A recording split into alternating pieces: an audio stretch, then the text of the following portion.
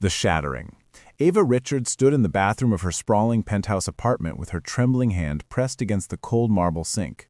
Her reflection stared back at her, a beautiful woman with honey blonde hair and delicate features now distorted by tears that would not stop falling. She was 7 months pregnant with the child she and Ethan had been trying for since the beginning of their marriage. 3 years of marriage had felt like a fairy tale until this very moment, when everything came crashing down. The letter sat on the counter beside her. It was written in Ethan's neat handwriting, and she had read it so many times that she had already memorized every devastating word. He was leaving her. He was leaving them. His explanation was cold and clinical, as if he were writing a business memo rather than abandoning his pregnant wife. He had met someone new, a woman named Crystal who was 25 years old and wanted to travel the world without the burden of a child. He explained that he never truly wanted this pregnancy anyway.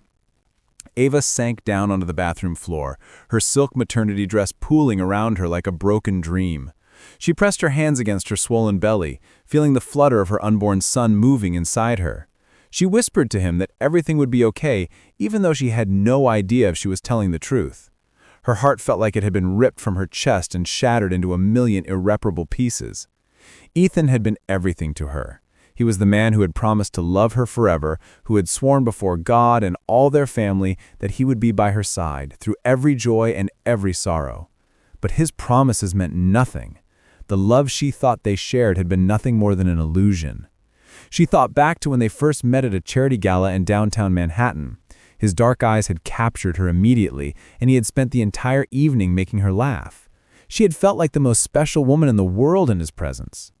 His wealth and status had seemed secondary to the genuine kindness she witnessed in his heart. How wrong she had been. The irony was that Ava came from a successful family herself. She had never needed his money. She had chosen him because she believed he was her soulmate. Now she understood that soulmates did not exist, and that trust was the most fragile thing in the world. Outside the penthouse window, the lights of the city twinkled mockingly. She could hear the distant sound of traffic and the muffled laughter of people living their lives unaware of the destruction happening within these walls. Ava remained on the cold bathroom floor and allowed herself to break completely. She wept for her marriage. She wept for the father her child would never know. She wept for the naive woman she had been just hours before. Rising from the ashes. 5 years had passed since that terrible night, and Ava Richards was no longer the broken woman weeping on a bathroom floor. She had transformed into someone entirely different, someone stronger, someone unstoppable. She now sat in her sleek modern office on the 42nd floor of a building bearing her company name, Richards Innovations. Her mahogany desk was organized with purpose, and the floor-to-ceiling windows offered a stunning view of the Manhattan skyline that she now owned a piece of. The transformation had not been easy. Those first months after Noah was born had been the darkest days of her life. She had moved out of the penthouse and back into her childhood home with her parents. Her father, a renowned businessman, had helped her navigate the legal proceedings, while her mother provided emotional support and childcare. She had felt like a failure then, a woman abandoned by her husband and forced to start over as a single mother. But something powerful had awakened inside her during those difficult times, a fierce determination to not only survive, but to thrive. She had started designing innovative software solutions, initially as freelance work, but gradually building it into something bigger. Her unique vision combined with her relentless work ethic attracted investors and partners. Soon, she had launched Richards Innovations, a technology company focused on revolutionizing workplace efficiency and productivity. Noah had been her greatest motivation. Every late night at the office was for him. Every successful deal, every contract signed, every obstacle overcome was a step toward securing his future. He was now 5 years old, with her striking green eyes and an infectious laugh that melted her heart. He had grown into a bright, precocious boy who loved asking questions about how things worked. He spent time in her office after school doing his homework, surrounded by successful, hard-working people who treated him like a little genius. Ava had also learned to take care of herself. She had invested in therapy, working through the trauma and abandonment she had experienced. She had built meaningful friendships with strong women who lifted her up, rather than tore her down. She had dated a few times, but nothing serious. She was not looking for another man to complete her. She had learned that she was already whole. She was more than enough on her own. Her company had recently been valued at $50 million, and she had turned down acquisition offers from major corporations because she wanted to build something that would last, something that was authentically hers. As she looked at the framed photo of her and Noah on her desk, she felt a profound sense of pride. She had done this. She had overcome. She had become the woman she was always meant to be. When the past returns. The fundraiser for underprivileged youth was held at the Crystal Ballroom, a venue that Ava had chosen specifically because of its reputation for elegance and sophistication. She moved through the crowd in a stunning emerald gown that hugged her curves perfectly, her confidence radiating like a beacon. She was no longer invisible. She was no longer the abandoned wife. She was Ava Richards, CEO and philanthropist, and everyone in that ballroom knew her name. She was speaking with a potential investor when she felt it, a sudden shift in the air, a presence that made every nerve in her body stand at attention. She turned, and there he was, Ethan Richards, looking much older than she remembered. His hair had thinned slightly, and there were deep lines around his eyes. He looked tired, worn down by something she could not quite name. He was staring at her with an expression that was equal parts shock and longing. He moved toward her and she felt her chest tighten, but she refused to show any emotion. She had spent 5 years building walls around her heart, and she was not about to let them crumble in a single moment. His eyes traveled over her, taking in every detail of her transformation, his face showing something that looked dangerously like regret. Ethan tried to speak, but no words came out. He simply stood there, staring at the woman who used to be his wife, the woman he had discarded like she was nothing. He had heard rumors about her success, seen her name in business magazines, but seeing her in person was something entirely different. She was radiant, powerful, undeniably breathtaking. Ava did not smile. She did not rush into his arms, despite the conflicting emotions flooding through her. Instead, she tilted her head slightly, acknowledging his presence but offering nothing more. She had come so far. She had built an empire. She had raised their son alone, without his support or his love. She had no reason to make this easy for him. When he finally spoke, his voice was rough with emotion. He asked if they could talk privately. She almost said no. She almost turned away and disappeared into the crowd. But something made her pause. Some part of her needed to hear what he had to say. Some part of her wanted to know why he had suddenly returned after all these years when she had finally learned to live without him. Confrontation and revelations. They sat in a private lounge off the main ballroom, and Ava maintained perfect composure, crossing her legs and waiting for him to speak first. She would not make this easy for him. She would not bridge the gap that 5 years of abandonment had created. Ethan looked devastated, as if seeing her success in person had finally made him realize the magnitude of what he had lost. His hands trembled as he tried to find the right words. He told her that his life had fallen apart after leaving her. Crystal had taken half of his wealth in a bitter divorce just 2 years after they married, leaving him financially wounded and emotionally devastated. He had watched from the shadows as she rose to prominence, as her company became successful, as she built a life that no longer included him. He had tried to reach out before, but her lawyers had made it clear that she wanted nothing to do with him, that she had moved on completely. But the real shock came when he mentioned Noah. He confessed that he had hired a private investigator to learn about his son. He knew things about the boy that Ava had never told him. He knew that Noah wanted to learn guitar, that he loved science, that he asked about his father.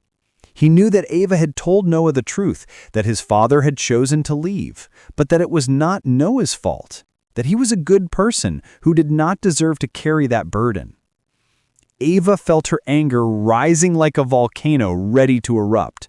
The violation of privacy, the stalking behavior, the audacity of watching their son from a distance without ever bothering to claim him or take responsibility left her breathless with rage. She stood up, her voice cold and cutting, as she told him that he had forfeited any right to know Noah. He had made his choice years ago, and she would not allow him to waltz back into their lives with regret and apologies. Ethan grabbed her wrist gently, but with desperation in his grip. He told her that he loved her still, that he had always loved her, that leaving her had been the biggest mistake of his life. He said he knew he had no right to ask for forgiveness, but he was asking anyway. He was begging her to give him a chance to be the man she had believed he was all those years ago. Ava pulled her hand away, her green eyes blazing with a fierce fire that had been forged in the furnace of her suffering. She told him that the man she had believed he was had never existed. He had been a fantasy, a beautiful lie that she had created in her own mind.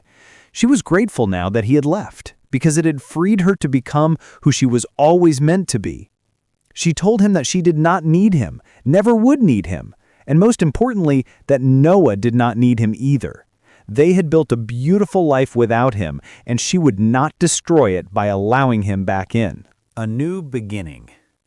6 months had passed since the night at the Crystal Ballroom, and Ava had tried her best to forget about Ethan and the painful confrontation. However, life had other plans. One rainy afternoon, Noah came home from school, visibly upset. He had been sitting quietly in the back seat while his nanny drove him, and when they arrived home, he immediately asked to speak with his mother privately. They sat in the sunroom overlooking the garden, and Noah asked her, with the wisdom of a 6-year-old, if his father loved him. Ava felt her heart break again, but this time not from her own pain, but from watching her son process the complicated emotions of abandonment and longing. She had always tried to protect Noah from negativity, but she also believed in being honest with him, within reason. She told him that his father did love him, in his own way, and that his father's inability to be present said nothing about Noah's worth. But she also told him that love sometimes was not enough, that sometimes people made choices that hurt others, and that those choices had consequences. She explained that it was okay to feel confused about his father, but that their family was complete just the way it was. She promised him that she would always be there, that he could count on her, that he would never be abandoned the way she had been. To her surprise, Noah asked if they could meet his father. He wanted to understand who Ethan was. He wanted to know if his father looked like him. He wanted to hear his voice and ask him questions that she could not answer. Noah was not asking for them to reunite. He simply wanted to know his biological parent. Ava spent days wrestling with this request. Every instinct told her to protect Noah from potential hurt. But another part of her recognized that keeping Ethan completely out of their lives might create more damage. She finally agreed, but on her terms. She would arrange a meeting at a neutral location. She would be present to supervise. She would maintain complete control over the narrative. When Noah and Ethan finally met in a coffee shop near Ava's office, the boy studied his father with the same intelligent green eyes that mirrored his own.